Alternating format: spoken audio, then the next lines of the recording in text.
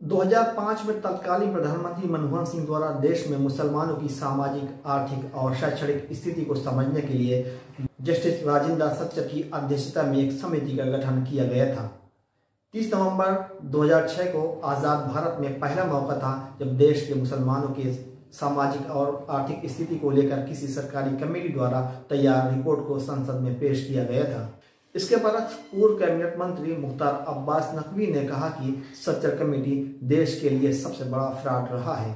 Sachar committee के नाम पर अल्पसंख्यकों के दिलों में भय और भ्रम का माहौल पैदा किया गया, लेकिन भरोसा पैदा करने की कोशिश कभी भी नहीं की गई। सच्चर कमेटी के नाम पर दलित और आदिवासियों की बात की गई, जिससे अल्पसंख्यक समुदाय के अंदर दरार पैदा हो। आज मोदी सरकार ने बगैर सच्चर कमेटी की सिफारिश के दूसरे वर्गों के साथ अल्पसंख्यकों के विकास और विश्वास को लगातार बढ़ाने का काम कर रहे हैं। देखिए, दशकों से अल्पसंख्यकों के सामाजिक, आर्थिक, शैक्षणिक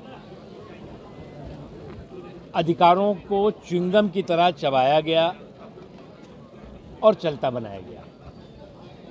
आज जो है वो MY फैक्टर जो है, आज मोदी योगी का युग जो है, उसने समावेशी विकास और सर्वस्पर्शी सशक्तिकरण के जिस रास्ते को मजबूती के साथ तैयार किया है, उससे समाज के सभी वर्गों तक तरक्की की रोशनी पहुंच रही है। और जो विकास की पगडंडी है, उसकी सबसे बड़ी दुश्मन सांप्रदायिक वोटों की मंडी रही है। और जिस तरह से विकास की पगडंडी पर सांप्रदायिक वोटों की मंडी स्पीड ब्रेकर का काम करती रही, वो आज पूरी तरह से उसकी नाकाबंदी हुई है, तालाबंदी हुई है।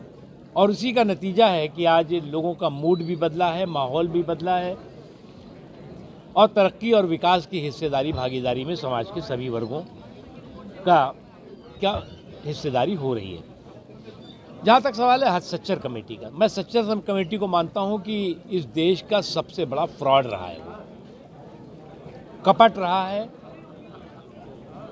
क्योंकि सच्चर कमेटी के नाम पे भय और भ्रम तो पैदा किया गया, लेकिन भरोसा पैदा करने की कोशिश नहीं की गई।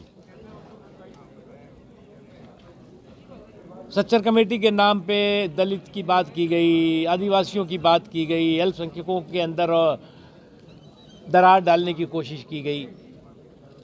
आज मोदी जी का या योगी साहब उत्तर प्रदेश में बिना किसी सच्चर कमेटी की रिकमेंडेशन के ईमानदारी के साथ समाज के सभी वर्गों के साथ साथ अल्पसंख्यकों के विकास और विश्वास के माहौल को बढ़ा रहे हैं। ये फ़र्क है। जिनकी सरकारों में सच्चर कमेटी बनी थी, उन्होंने आज तक कुछ उस पर तो किया नहीं, उसको कूड़ेदान में ज़रूर डाल दिया और उस पर उसका दोहन ज़रूर किया, शोषण ज़रूर किया। सच्चर कमेटी के नाम पे भय और भ्रम का माहौल ज़रूर पैदा किया। हमने भरोसा पैदा करने की कोशिश की है समाज के सभी वर्गों में, और उसमें हम सफल हैं। सर, मौलाना आज़ाद नेशनल स्कीम जो था, स्कॉलरशिप, फेलोशिप, 8 तक की भी जो स्कॉलरशिप देती थी गवर्नमेंट, वो भी बंद हुआ। मानव की स्कॉलरशिप वो भी बंद नहीं, अभी देखिए, अभी प्रोसेस है, अभी एकदम से बंद आप नहीं कह सकते। और इस सिलसिले में सरकार इस दिशा में, क्योंकि तमाम उसकी स्कीम्स चेंज होती हैं, स्कीम्स में बेहतरी के लिए और परिवर्तन आता है। वो सर, सच्चर समिति अगर फ्रॉड है तो क्या उसकी आप जांच करवाएंगे? नहीं, कोई ज़रूरत नहीं जांच की। किसने बनाया सच्चर कमेटी? तो आज जो है वो कुएं के उसमें चली गई है, और ऐसे कुएं के उसमें उसका रिपोर्ट चली गई है कि कोई देख ही नहीं रहा है। सच्चर कमेटी क्यों बनी थी और किस लिए बनी थी, आज तक हमें समझ में नहीं। बीजेपी भी मानती है कि पसमानदा मुसलमानों के साथ भेदभाव हुआ है, इसीलिए वो हाशिए पर हैं। तो क्या सच्चर कमेटी की रिपोर्ट है वो गलत है? तो पसमानदा क्यों हाशिए पर? उसने कहा पसमानदा बोला? सच्चर कमेटी ने क्या बोला है? सच्चर कमेटी ने कहा है कि मुसलमान जेल में ज़्यादा हैं, रेल में कम है। सच्चर समिति रिपोर्ट भारत में मुस्लिम समाज के पिछड़ेपन को उजागर करने में पूरी तरह से सफल रही है। समिति में बताया गया था कि किस तरह से मुसलमान आर्थिक और शैक्षणिक रूप से पिछड़े हुए हैं, सरकारी नौकरियों में भी उन्हें उचित प्रतिनिधित्व नहीं मिल पाता।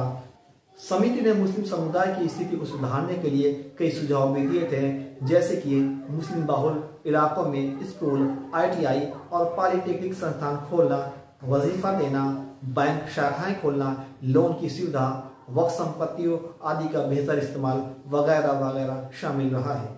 इस रपट ने वाज़ेह कर दिया था कि भारतीय मुसलमान भी दलितों और आदिवासियों की तरह शैक्षणिक और आर्थिक रूप से सबसे पिछड़े और वंचित समूहों में से एक हैं। सच्चर कमेटी की रिपोर्ट की सबसे बड़ी कामयाबी ये रही है कि अब मुस्लिम समाज खुद पर गौर फिक्र कर मुख्य धारा में शामिल होने की हर मुमकिन कोशिश कर रहा है। पूर्व कैबिनेट मिनिस्टर मुख्तार अब्बास नकवी को सच्चर कमेटी की रिपोर्ट देश का सबसे बड़ा फ्रॉड लग रही है। अगर इतना ही बड़ा फ्रॉड देश के मुसलमानों के साथ पूर्व सरकार ने किया है तो वो इस पर जांच बिठाकर सच्चाई को उजागर क्यों नहीं कर देते, लेकिन उन्होंने इससे साफ इनकार कर दिया है। लिहाजा आप समझ सकते हैं कि उनके कथनी और करनी में कितना फर्क है। लखनऊ से मिल्लत टाइम के लिए मोहम्मद इरफान।